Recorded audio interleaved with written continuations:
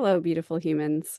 I wanted to get on and give a little recap of the last week of trial and highlight some of the things that I thought were important that came out.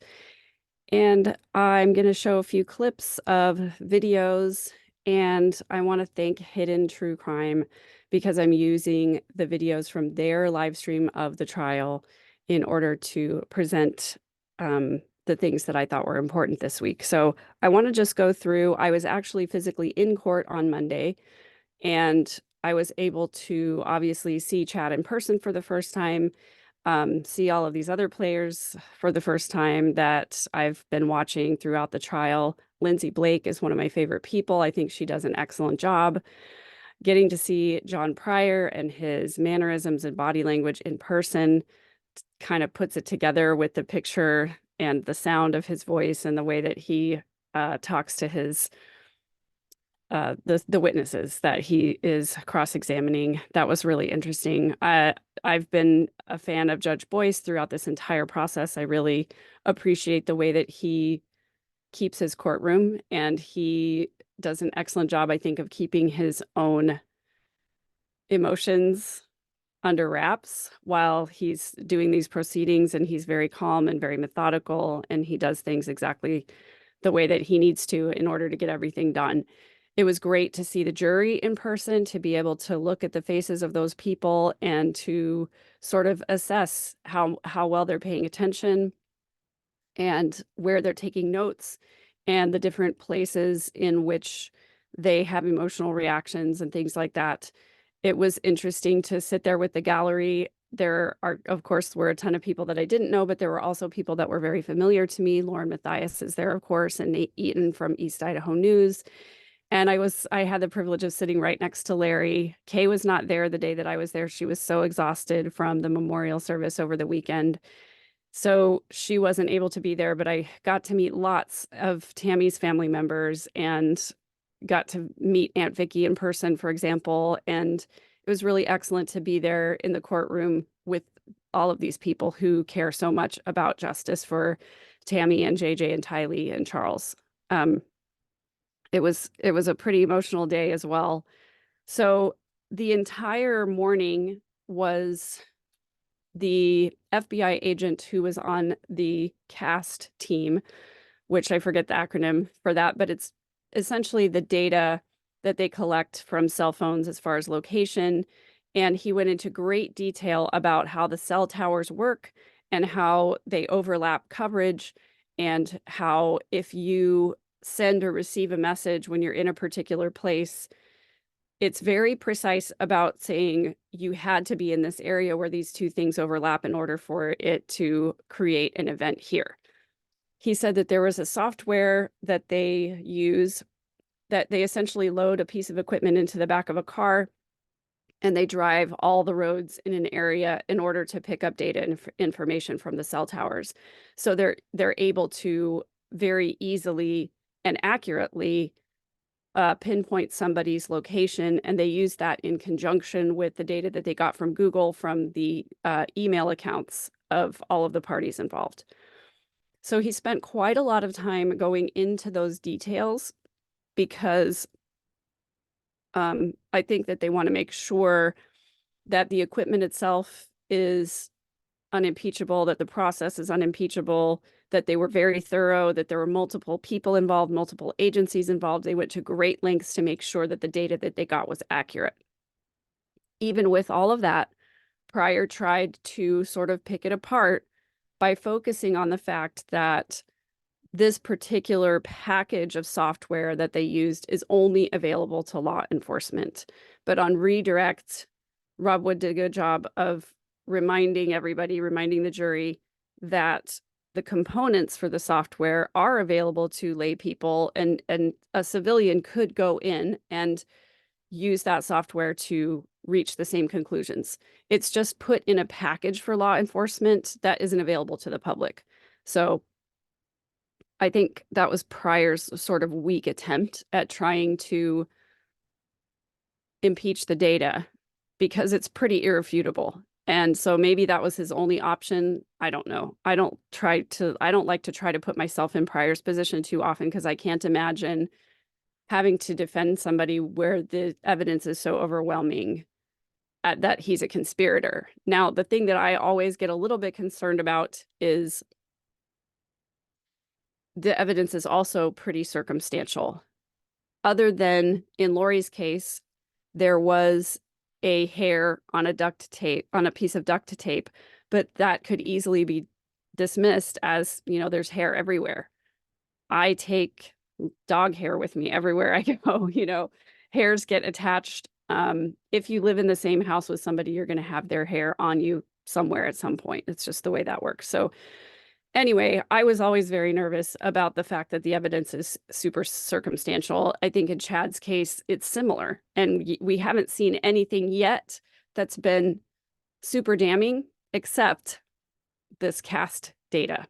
So I will tell you, without having to go back and listen to all the testimony, and even without showing you clips, I will just tell you the most important thing I think that came out of that cast data was that on September 9th, which is the day after JJ was last seen, Chad calls Alex.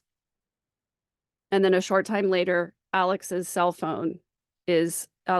device is picked up in Chad's yard. And on September 23rd in the morning, which is the day after Kylie was last seen, Chad calls Alex. And then a short time later, Alex's device is seen in Chad's yard. Now, the locations where Alex's phone was seen, you can only get to that by going through a gate that's at the side of Chad's property. I also went up and visited Chad's property while I was in Rexburg the day after the memorial, and I'll show you the video of that, and we can talk about exactly the access points and how he got on there. We'll talk about the size of the property, since Pryor is so hyper-focused on the size of his property. No pun intended. The other interesting thing is that Alex's device was not seen at Chad's house the night Tammy was shot at, or the night she was killed. And so what I get from that, and I did a short video about this a few days ago, what I get from that is that Alex is smart enough to either turn off his location services or leave his device at home when he's committing a crime, but not when he's engaging in covering up that crime. And I think that the phone call to Alex on both of the mornings in question was to tell him, okay, Tammy's gone, the coast is clear, you can come over now. And so I think that it's very consequential evidence that Chad and Alex were in close contact. Alex's phone was also seen at Chad's property on August 7th, August 24th, September 6th, September 25th, and October 15th. So even though those were dates that didn't have anything to do with anyone's death, it clearly shows that Alex is there every couple of weeks, every week in some cases. And so obviously Chad and Alex have a very close relationship. Now, if you believe, as most people do, that Alex was the one who actually got his hands dirty, and so the rest of the evidence is kind of sketchy about whether or not Chad was involved, well, this directly proves that Chad was involved, because they were in contact constantly, and there's a lot of communication between the two of them on the dates in question. So that was the main thing that we got out of the morning. John Pryor is continuing to try and sell this narrative that it was a paintball gun and not a real gun. And he also keeps talking about the size of his property. And he did ask law enforcement, why didn't you look at the cell phones of Melody Gibb and David Warwick? Well, that came out a little bit later in the week, when this particular cast expert was just looking at the data he was told to look at. He's not the one who determines whose phones get looked at. But the detective later in the week talked about how they determine whose phones get looked at. And they submitted a request to Google for 12 different email addresses and Google identifiers. So Google identifies each customer or each account with a specific identifier number. It's like a 16-digit number. And so the police submitted 12 different numbers that they wanted to look at. And Google came back and said, that's too many. We can't possibly do that many. So they reduced the list by 2, submitted it with 10, and then they were able to get the data back. So I guarantee you law enforcement has looked at Melanie Gibb and David Warwick. I do think that they know way more than they're willing to say publicly. I do think that Melanie has some kind of a deal, that she testified in exchange for some kind of immunity. We may never know about that, which I think is sad because Melanie and David were the ones who were there the night that JJ was killed. And so I wish, and I think everybody wishes, that they would say more, do more, that they would be questioned more so that we could figure out what was going on. So in the afternoon on Monday, we had Hannah Nicole Parker Munoz. She's the second cousin of Tammy Daybell, and she gave testimony about visiting the memorial service for Tammy. And she went through the receiving line twice during the viewing, once with her father, once with her mother, and Chad gave wildly different stories on each of those occasions about what happened to Tammy. It was like he couldn't get his story straight. And then we have, even from his neighbor later in the week, yet a different story. So there are at least 4 versions of how Tammy died out there that were given by Chad, and we now have testimony that he changed his story quite a lot. Okay, so I'm going to share my screen so that we can listen to this testimony so you can hear the different versions of the story, because I want to make sure that we get it correct. That said that he's Judge, there's levels of hearsay here. Well, Ms. Ferguson, if they're soliciting comments of the defendant, would be an exception. If they're comments of the father, it would be hearsay. So I'm not sure where the witness is going with this. Maybe you can direct the witness to avoid that hearsay. I will, Your Honor. Thank you. So just in context of what Chad may have said in that conversation, can you explain to the jury what you first remember him saying about anything? Yeah, he said that Tammy had been sick that day. He said that she had been vomiting and coughing. And then around 10 p.m., she had vomited again and then came to his office and said that she was feeling a little bit better. And he said that she was going to bed and that he stayed in his office working. And then around 1 a.m., he went upstairs and found Tammy on the floor. And he said that she had rolled out of the bed and was on the floor, and that he found her cold and already passed. Okay, so this is really important. She says that Tammy had been sick and coughing. She threw up. She came to Chad's office at 10 p.m., said she was feeling a little bit better. And then at 1 a.m., then she went to bed. And then at 1 a.m., Chad came and found her deceased. That's story number 1. Now let's go back and hear story number 2.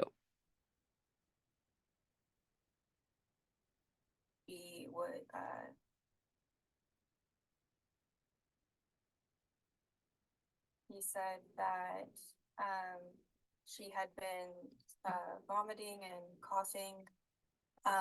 And then around 10 p.m., she had vomited again and then came to his office and said that she was feeling a little bit better. And he said that she was going to bed and that he stayed in his office working. And then around 1 a.m., he went upstairs. Okay, sorry, that was also the first story. My apologies. Here's the second story. Then around 10 p.m., she had vomited again and then came to his office and said that she was feeling a little bit better. Okay, I don't know what's happening. Let me go back to my other screen and see if I can get the other video to come up. My apologies.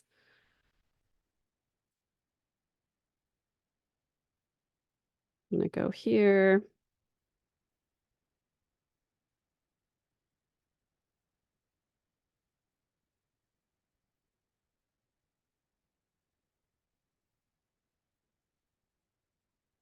So this is supposed to be the first one. Okay, here's the second one. And I just got to make sure that we play it correctly. Tammy had been sick that day. Okay, this is definitely the second one. So forgive all the superfluous, everything that's around here, but let's listen to this one.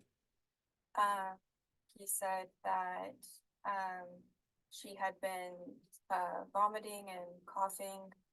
And then around 10 p.m., she had vomited again and then came to his office and said that she was feeling a little bit better. And he said that she was going to bed and that he stayed in his office working. And then around 1 a.m., he went upstairs and found Tammy on the floor.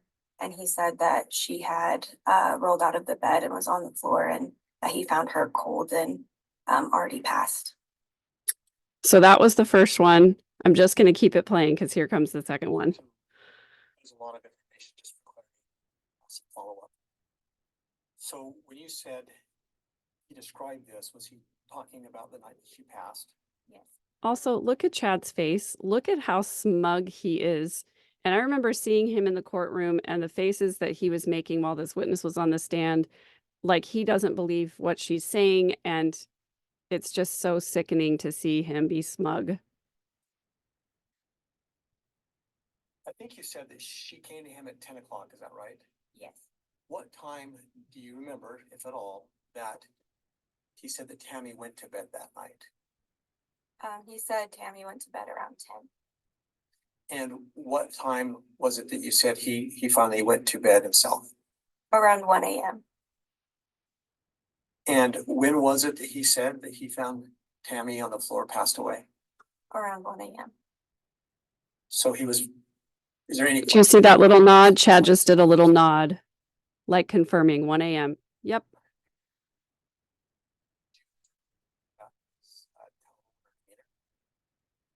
Yes.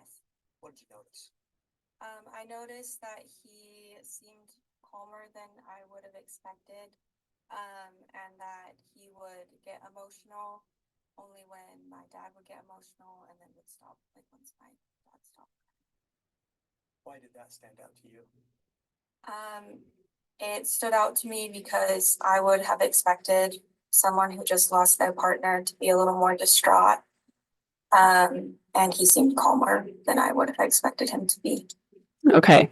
So I'm really glad that Rob Wood went over and reconfirmed all of that because it's super, super important. Okay, hopefully this will start playing at the correct time. Let's see. Only when my dad would get emotional. Nope, it sure didn't. Why did that stand out to you? It stood out to me because I would have expected someone who just lost their partner to be a little more distraught. And he seemed calmer than I would have expected him to be. And in fact, are you married? Yes. Now, later that evening, you said, I think earlier, that you also went through the line with your mother. Yes. About how long after the time you went through with your dad did you also go through the line with your mother? About 2 hours. Could you please just explain to the jury your experience when you went through the line with your mother? Yes. So they were talking and Chad was telling us what happened. And he said that she had been coughing that day. And that she'd been coughing pretty violently. So he was worried about her. Between 9 and 10, she came down to his office and said that she was going to rest and go to bed.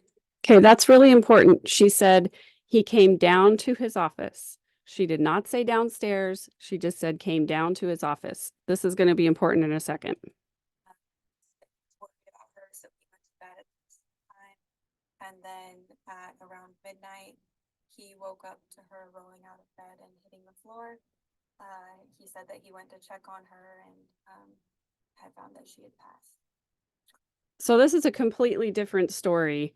This is Chad saying that Tammy came down to his office around 10 p.m., that she wasn't feeling well, and that he was worried about her, so he went to bed with her. And then at midnight, he woke up because she had rolled out of bed and she was deceased at that time. Now we know he did not call the police until 6 o'clock in the morning. So these two stories are wildly different and also really troubling, because if he knew that she was dead at midnight and didn't call until 6 a.m., that's a problem. Even if she died at 2 a.m. and didn't call until 6 a.m., that's a problem. Also, dead bodies do not roll out of bed. And we also had the coroner testify to that fact, that it would create, she said it would require a great amount of force for a body to roll out of bed that way. So we know that that's just totally implausible, and that's not the way that it happened. So next, Hannah's mom, Patty, comes up to the stand. And I'm not sure why my time markers are not working properly. If anybody knows how to fix that, I would appreciate some assistance.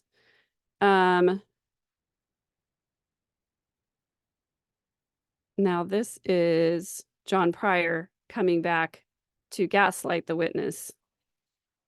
But of course, About her, so he went to bed at this time. And let me just find the spot that we need over here. So you don't have to sit through the entire thing.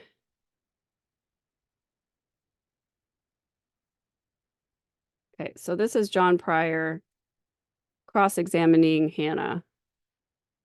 Rocky? outside of court proceedings now.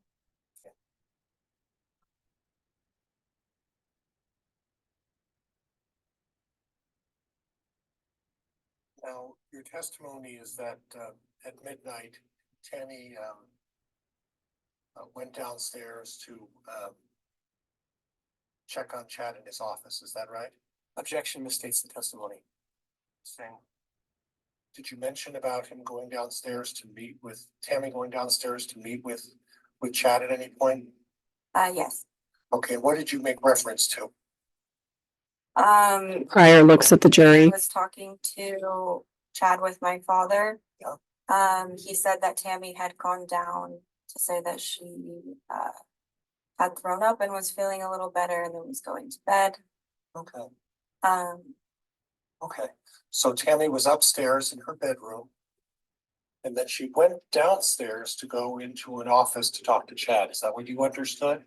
yes. Okay. Are you aware that this is a one-story home, ma'am? No, I've never been to their home. Okay. And then after, again, when you were in the line with your mother, and you mentioned something about going downstairs, which downstairs were we going to?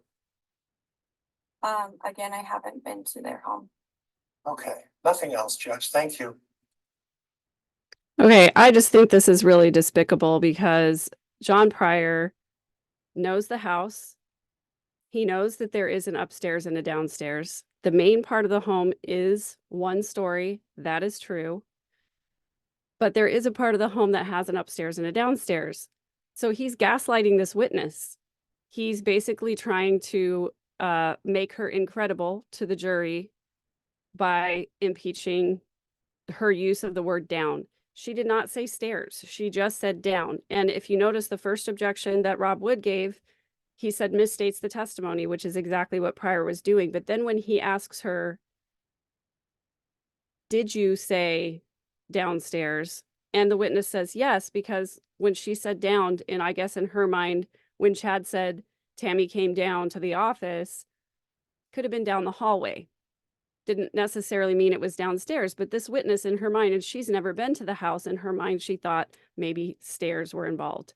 And that's where we get that misunderstanding. Now I'm going to show you the video that I took while I was visiting Chad's property in Rexburg. If I can bring it up here. This is right next to Chad's property. This is there's a little gate right here that you have to, it's you know, a locked gate, chain link fence. This is the house right here. These are the two streets. I'm standing on this street that's right next to their house. And then the street in front is where most people have seen his house. The driveway is over here. So I'm going to go ahead and play this for you. There's the main house right there. And there is the upstairs addition. This over here later in the week, Heather Daybell testified that this structure was referred to by the family as the cozy cone. And there is an upstairs. There's a window right here. You may have seen that looking out from this window, you can see where JJ was buried, which I'll show when I pan across here in just a second. And apparently out in this addition to the house was where Garth kept some of his instruments and things like that. And so later on, John Pryor is going to try to say there's no utilities out to this addition, that it's not a dwelling place. He later asks Heather where Tammy's bedroom is. He just stays on this narrative that there's no upstairs, downstairs, and that this witness was incorrect, because it's really damning to Chad that this witness had two different accounts, wildly different accounts of what happened and what Chad said happened the night Tammy died. So I'm going to just play the rest of this so you can see the property a little bit more. Now, this part of the yard is fenced off where you can see these trees over here. And on the other side of this fence is where the burn pit is and the pet cemetery. And I walked along this way and zoomed in so that you can see where Chad's property ends. This is not a large property. Those cows over there do not belong to Chad. His fence ends right here. So if you go along this fence, this little tree is his, this little tree is his, but this fence over here is where the property ends. It is not a large property. It's 3 3/4 of an acre. And as we come around here, you can see right next to this red little barn or outbuilding, this is where the burn pit was located. And just beyond that is the tree where JJ was buried. They have built some kind of a structure over this. I think it's possible that it may be a chicken coop, but it is a new structure. It's newer than this building right here. The wood is weathered, but it's not that weathered, so it's maybe only been there a year or maybe 2 years.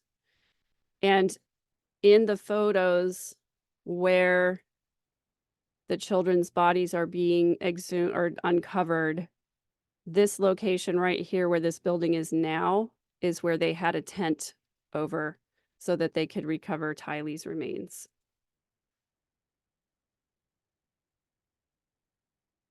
I felt a deep sense of reverence for this place, the last resting place of Tylee and JJ, and a deep sadness being here on this property. You can see the tree over here, and this is the little indentation where the pond would have been. And looking back over the property to the house, it's just not that far away. It's not that big. And this road is a fairly busy road. In the few short minutes that I was there, probably 10 or 15 cars passed by. And they were not looky-loos. They were people who legitimately were driving past at a normal rate of speed. So this is a pretty busy area. And if Chad were out here burning something right here, everybody would have seen it and, you know, would have experienced what that was like. So this was just, it was very eerie to be here, but I definitely felt some reverence for this place. So let's move ahead now to Patty Leader, who is the mother of Hannah, who just testified. And we'll go right here. She testified to basically the same thing that Hannah testified to about Chad's story when they went through the receiving line. And then she talked a little bit about the funeral and what bothered her there. And again, I'm going to have to actually go to the location because My technology is not working properly. Service, did you happen to hear Chad speak? I did. Was there anything about his talk or speak, service that caused you concern or stuck out to you? Yeah, there was a couple things that he said that, I just thought weren't very nice. What were those things? He said that, the first thing he said was that she wasn't easy to live with. He said that, she was lazy. He said that she had depression, which she did, but to say it out in front of the whole congregation, I thought was, I guess, embarrassing for her. I don't know. So why were those things of concern to you? I just didn't think they were very nice. So, first of all, to have a grieving, quote unquote, grieving widower speak at the funeral of their partner, most partners aren't capable of doing that because they're still the grief is still very fresh for them. And this was just a few days after Tammy died. She died on a Saturday and her funeral was on a Tuesday. And it was also out of town. It was in Springville, where Tammy was from, which is about 4-ish, maybe 5 hours south of Rexburg. So it was a big deal for the family to travel down there and for them to get all the arrangements ready in that amount of time. And to hear Chad speak disparagingly of Tammy at her funeral, to say that she was lazy and to share about her depression in public like that, and to say she wasn't easy to get along with, incredibly disrespectful. And then Heather Daybell shared later that one of the songs that they sang at the funeral service was called "Put Your Shoulder to the Wheel." It is an old Mormon hymn, been around forever, but it's not something that you would ever sing at a funeral service. Most of the time at Mormon funerals, they will either sing "How Great Thou Art" or something else that's more comforting about the love of God or the love of Jesus. "Put Your Shoulder to the Wheel" goes like this: "Put your shoulder to the wheel, push along." And they're kind of talking about like the pioneers, right? Crossing the plains when their hand carts and their wagons, "Put your shoulder to the wheel, push along. Do your duty with a heart full of song. We all have work, let no one shirk. Put your shoulder to the wheel." Meaning all of us are busy. We all have hardships. We all have things we have to do. Let nobody sit down and shirk their duty just because it's hard. And so I just think that using that song as a funeral song, I just don't really even have any good words for that. So we're going to go on now to the next day was Tuesday, and we didn't have court that day because there was an officer, unfortunately, who lost his life in the line of duty. They wanted all the bailiffs and officers to be able to attend those services, and so they didn't have court on Tuesday. So then on Wednesday in the morning was the medical examiner, and the medical examiner stated unequivocally that the cause of death was asphyxia, and that the manner of death was homicide, which basically just means at the hands of another. And then she did a great job of discrediting Pryor's assertions that it could have been anemia, it could have been low blood pressure, she had fainting spells, she had seizures, she was using homeopathic remedies. So Pryor tried to really put some doubt in the minds of the jurors about Tammy's cause of death, and the medical examiner was able to shut that down. Your Honor, if I may respond, Dr. Christensen's testimony was he saw a notation of it from 5 years previous to that, and They're talking Mr. Pryor about went into it on his cross-examination. anemia. So we're Mr. Pryor, continue. Could that indicate that the anemia was treated? It could. It just means that it certainly was not mentioned again as a problem. In looking at those medical records, do you recall seeing any indication that Tammy had low blood pressure? Her blood pressure was on the lowish side of normal, but no indication that she had a diagnosis of hypotension or low blood pressure.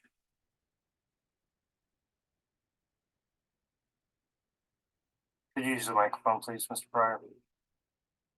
Foundation judge, I'd like to know what report he's referencing where he saw that information. And Your Honor, my question was just about the medical records that he reviewed in general.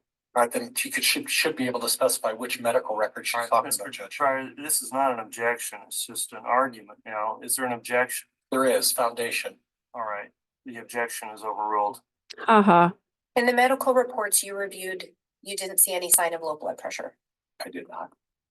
In the medical records you reviewed, did you see any signs of seizures? No. In the medical reports you reviewed, did you see any indication that Tammy had had a prior history of any negative drug interactions between her prescription medication and herbal remedies? No. So there you go. Okay, that one worked. I don't know why that one worked and the others didn't, but there we go. So that was unequivocal from the medical examiner. After the ME was up there, then we had Alice Gilbert, who is a neighbor of the Daybells, who knew the Daybells very, very well. She talked about how uncomfortable she was when Chad brought Lori over to their house and they were, you know, being super touchy-feely with each other. And also Chad told her when he first called about Tammy's death, Chad told her not to tell the bishop. Now, she's the Relief Society president in the ward, which means that she is the leader over the women's organization, and she would work very closely with the bishop. And the bishop needs to know if one of the congregants has died. So here's what she said. In the medical records you Oh. reviewed, did you see? See, it stopped working. I jinxed it. Let's see. Let me find the spot. And we'll go from there. After that, based on that phone call, without saying what Emma said, did you learn anything in relation to Tammy? That she had passed away. Objection, judge, calls for hearsay.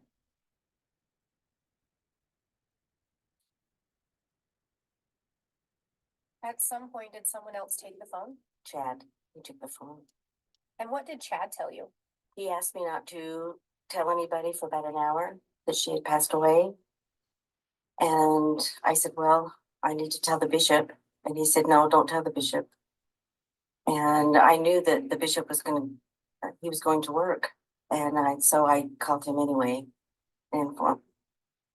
Yeah, so good for her that she ignored Chad's weird instruction to not tell the bishop. So now this video is where Alice Gilbert, the neighbor, is telling about Chad bringing Lori over to her house just about a week, I believe, after Tammy died. What did Chad tell you? He asked me not to. And again, gonna have to find the spot. Sorry.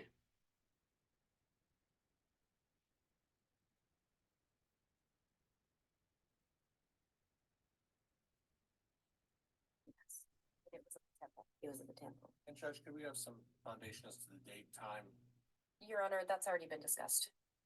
I must have missed it, judge. Go ahead, Ms. Blake. Too bad, Pryor. Ms. Gilbert, at some point after that, did Chad and Lori end up coming to your house? Yes. And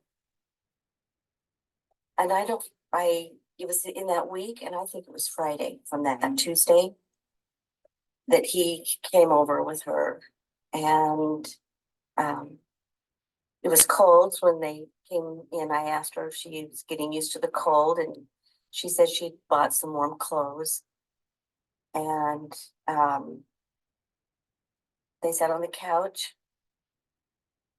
And it was awkward. And when you say it was awkward, did you make observations of Chad and Lori's interactions? Yes, they were very affectionate with each other, more than I had ever seen Chad. He was very affectionate with her, and they were giggling and laughing, and my husband and I were embarrassed. Have you ever seen Chad act that way with Tammy? No. So that would be really awkward to see Chad with a new woman shortly after his wife's death and being super affectionate with her. That would have been so awkward to sit through. And I'm glad that she's here to testify of how he was acting and his actions immediately after his wife's death. Then, after Lori gets arrested, Chad shows back up at this neighbor's property and asks them to put their house up for bond so that Lori can get out of jail. Now, I don't know if you guys remember back in January of 2020 when Lori was arrested, they put her bond at $1 million. And there wasn't a bondsman in the world that was going to take that because she already had fled to Hawaii at one point, and there's a good chance that she would have run again had she been able to. So Chad was asking everybody he could think of to put their house up for bond. And this is another example of that. What did I ever see? I'm going to, again, have to fast forward to the correct place.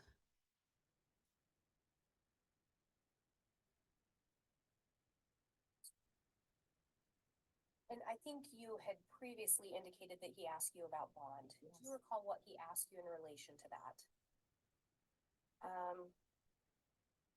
When he came in, he was quite upset, and he said he had to get her out of jail, and that he cried and said he said it was just killing her to be in jail, and could we put our house up for bond? And we asked him if he had family that could help him. He said no. And he mentioned another friend, I think. He said he couldn't help him. And we said we would think about it, and I think that was a Saturday. Sunday, we got a text from him, and he wanted to bring the bondswoman to our home and to meet her at our house that Sunday. And did you in fact have another conversation with Chad about posting bond or putting your property up? Yes, there was 2 conversations. This was the first one. And what did you ultimately end up deciding? No. During your conversation with Chad regarding the bond, do you recall anything about the comment previously made about Lori's daughter dying coming up? Yes, because I asked him, how many daughters does Lori have? And he said 1. And I said, well, when we met you, you told me she had a daughter that passed away. And he said, no, I didn't. And I said, yes, you did. And then when I asked him about the missing children, and he said it was a custody battle. So that's why I asked, how many daughters does she have? And then he denied telling me that.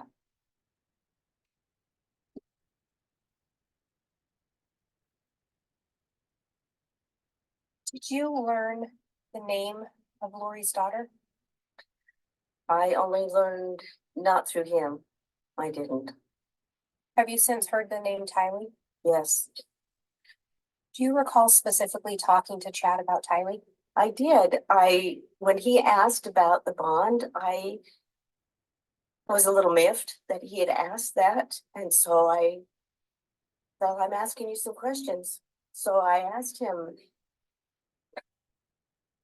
where are the children? And I asked him, where's Tylee?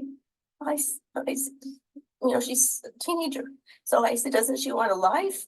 And come out and say, I'm the missing girl. I want a job and a life and a boyfriend. And he just said, she didn't like people and she didn't like me. Did something stick out about those statements? He said, didn't. So he used the past tense. He did. Thank you, Alice. Thank you. Thank you for saying Tylee's name. Thank you for asking the hard questions of Chad. And thank you for defending her and for not allowing Chad to just get away with his BS. How could it be a custody battle if Lori's husband was dead? Where are the children? Thank you. Thank you, Alice. I can't imagine the gall of somebody like Chad coming to ask his neighbor to put their property up as bond to get their wife out of jail under these circumstances. It must have just been wild for the people in this community to have to deal with that. After this, the next day, well, let me just go back up for just a second, because so on Thursday, that was pretty much the end of that day. And then on Thursday, we had the amazing, strong Kay Woodcock. She gave excellent testimony. She was very detailed. She gave so much information, background on Lori and Charles's relationship and her relationship with JJ and Tylee. It was amazing to see her strength, and I greatly appreciated her. And then we had Sheila, who is Chad Daybell's mother. She came and testified about meeting Lori so soon after Tammy's death and Chad's behavior as well. I can't imagine what she's been through. If you haven't seen Heather Daybell's 3-part interview on Hidden True Crime, it is probably the most important interview in this case. It will help you understand Chad and the dynamics of their family. Heather testified right after Sheila, and her testimony was essentially the exact same thing that she said in her interview on Hidden True Crime. The difference is that she got to be a little more animated, and also she had just had neck surgery and she was still recovering. And she was subpoenaed by John Pryor. She told John Pryor that her doctor didn't really want her to make the trip, but being called by the prosecution, that's a different story. So I'm really glad that the prosecution called her. I'm glad that she was well enough to travel. She too is an amazingly strong woman. I am so grateful for her pushback and for her standing up to her family, her entire family, including at times her own husband, in just calling out Chad's harmful behavior. One of the things she explains really well is that Chad and Tammy were living in Springville, which again, as I mentioned, is four-ish hours south of Rexburg. And Chad came up in 2015 to tell Heather and Matt Daybell that he was going to be moving to Rexburg. He started getting really involved in this prepper movement, and he had taken up with Julie Rowe. Julie Rowe is the one who said that she was having all these visions about earthquakes happening and that a lot of the Salt Lake area was going to be destroyed and that the church headquarters was going to have to move to Rexburg. Chad started listening to Julie Rowe when Julie Rowe wanted her book published by Chad. In this book, Julie Rowe talks about her near-death experiences, and she talks about having visions about what's going to happen in the future of the church and for the second coming at the end times. When Chad publishes that book, he sees that she's starting to get a lot of notoriety. He sees that people are paying attention to her and listening to her more often. And this is around the time when Chad starts promoting his books as truth and not as fiction. He starts saying that the events in his books are real, and he starts talking about his own experiences as being near-death experiences, whereas Heather says that before, he never talked about them being near-death experiences. Sounds kind of like Lori when at her allocution statement, she said that she'd had a near-death experience when she was giving birth to Tylee. Lori never mentioned that to anybody in the family at any time.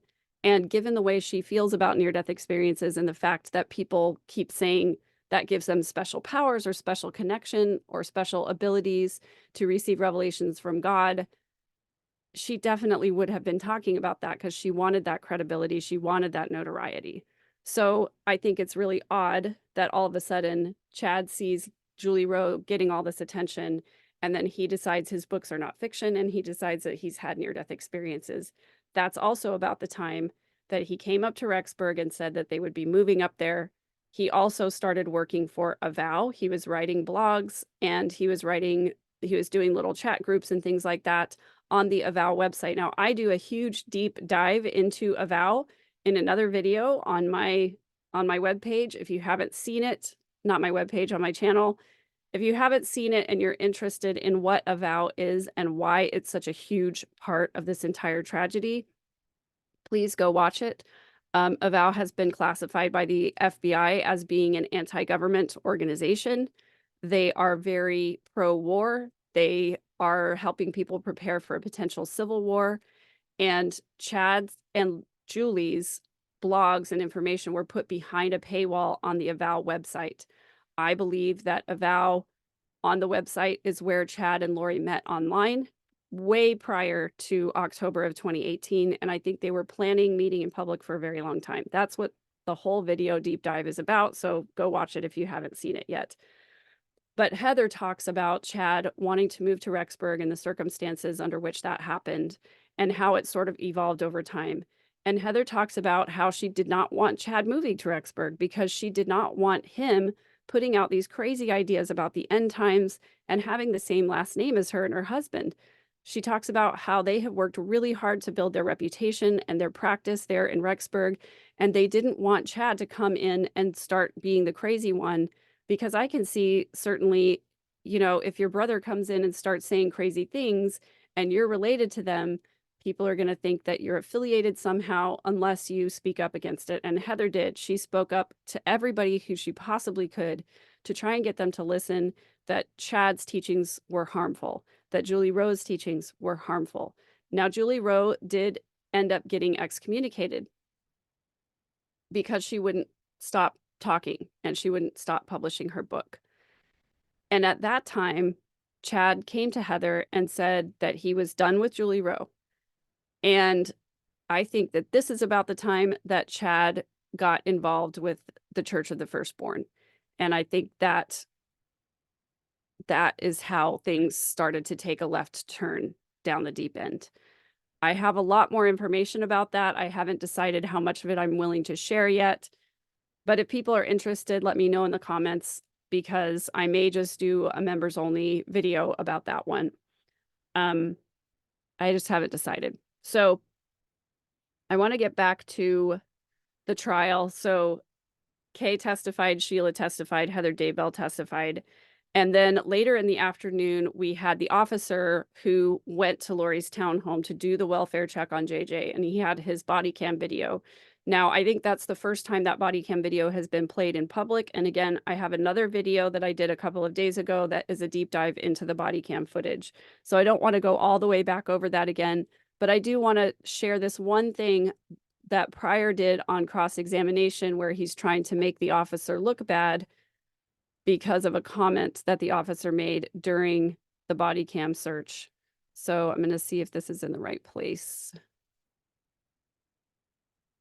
It's almost in the right place, so we'll go ahead. Okay, well, you showed up and were there for 10 minutes, right? Right. She talked to you about a number of things and made a number of statements. Would you agree that a good number of those statements were not truthful? That's correct.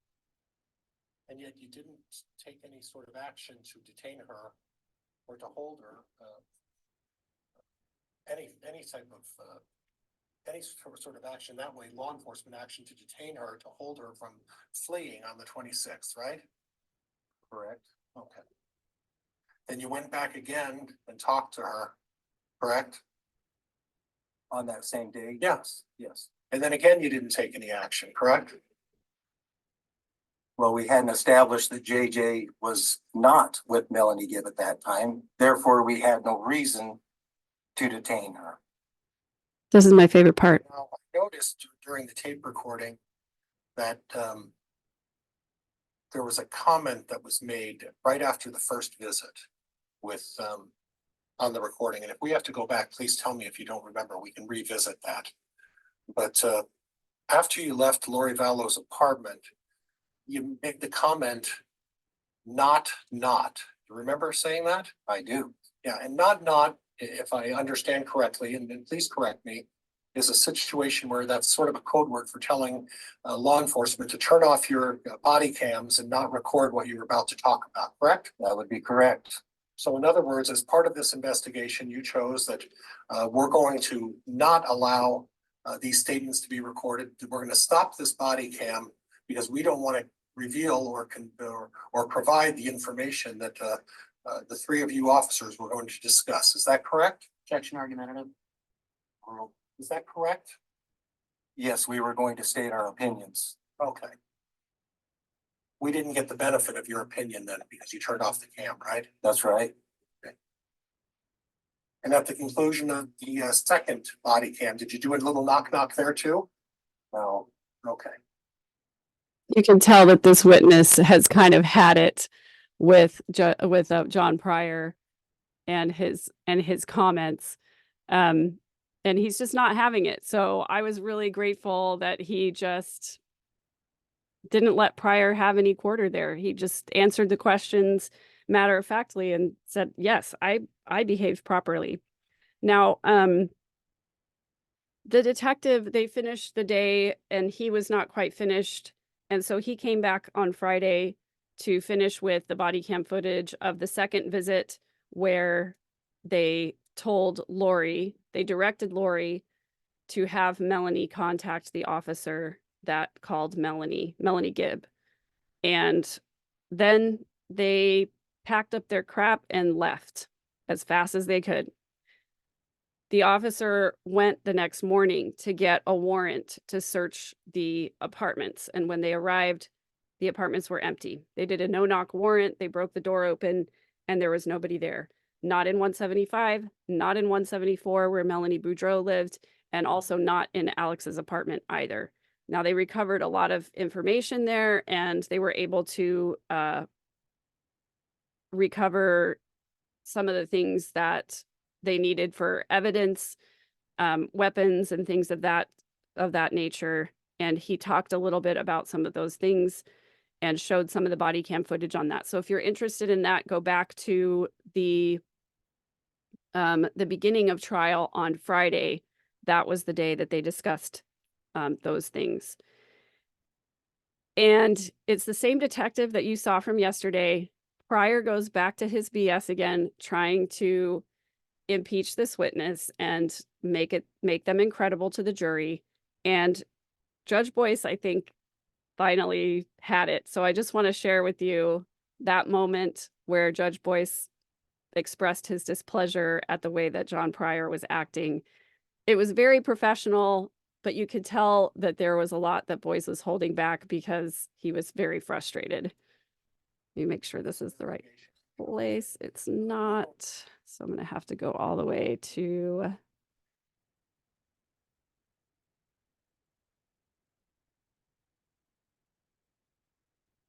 this is about the right place. Search warrant to get Chad Daybell's phone is that he was married to Lori Ballard. Yes, there was no indication that he had any involvement in the disappearance at that time of JJ Vallow, correct? Other than he wasn't responding to our requests. Well, he wasn't responding to yours because you didn't call him, right? I believe attempts were probably made to his phone, not by myself. Okay. And the question is that you said probably. So you really don't know the length and extent of what was taken to contact Chad Daybell, do you? That's right. So when you testified earlier today, when you said attempts were made to contact Chad Daybell, you really don't know what the attempts were made, do you? I can't be specific, no. Well, you can't give us any information because you don't know, isn't that right? Objection argumentative. Overruled. You don't know, do you? Mr. Pryor. Once I make a ruling, then the witness gets to answer the question, so don't jump in with another question like that. I'm sorry, Judge. You can answer it. I know attempts were made. Just infuriating. And if you want to watch that back and rewind, you can see when Judge Boyce calls John Pryor out, John Pryor turns around like a spoiled child because he doesn't want to face the judge while he is being berated for his behavior. It's just wild to me. I don't understand it. I don't get it. So anyway, that was the moment that I was like, okay, Judge Boyce, mad props to him. And also, you know, for just being able to keep his cool in a situation where you're dealing with an infuriating person. don't know if I would have been able to do that.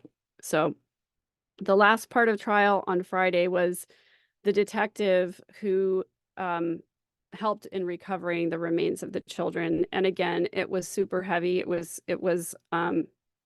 very hard to listen to. Those are the parts of the trial that I have to listen to on 2x speed because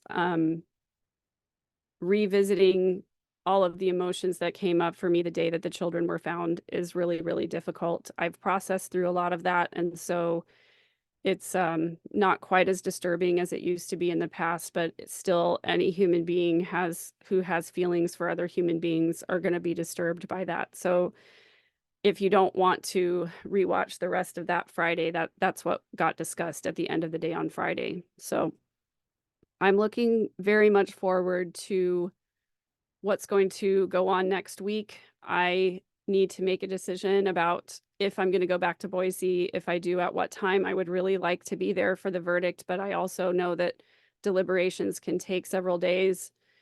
And I've been away from my kids and my family more than I probably should have recently.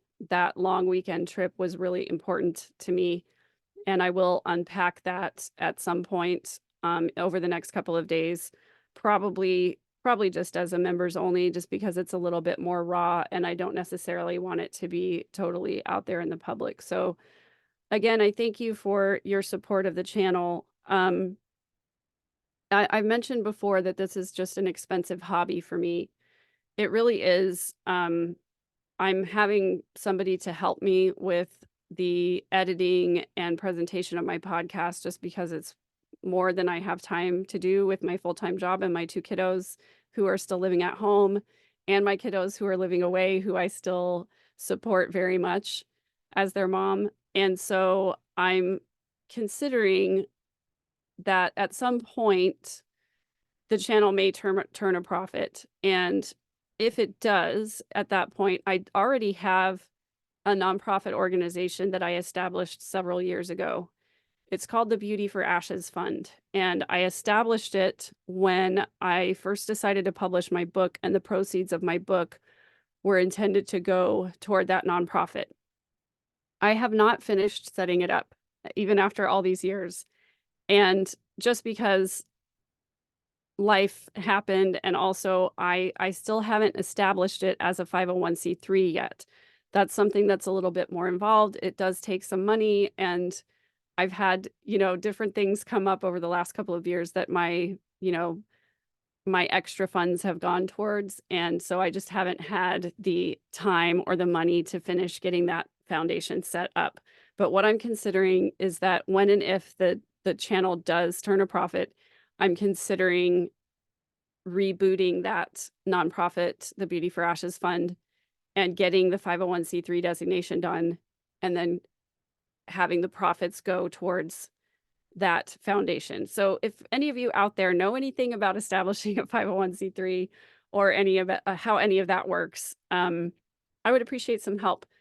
The Beauty for Ashes Fund was established in order to help people pay for therapy service, to help trauma survivors pay for therapy services. When I was going through my trauma recovery, I was in an intensive outpatient program, and I was with a group of women who I saw people coming in and out of the group over the course of the 3 months that I was in that group. And some of them were having to leave because they couldn't afford to continue their treatment.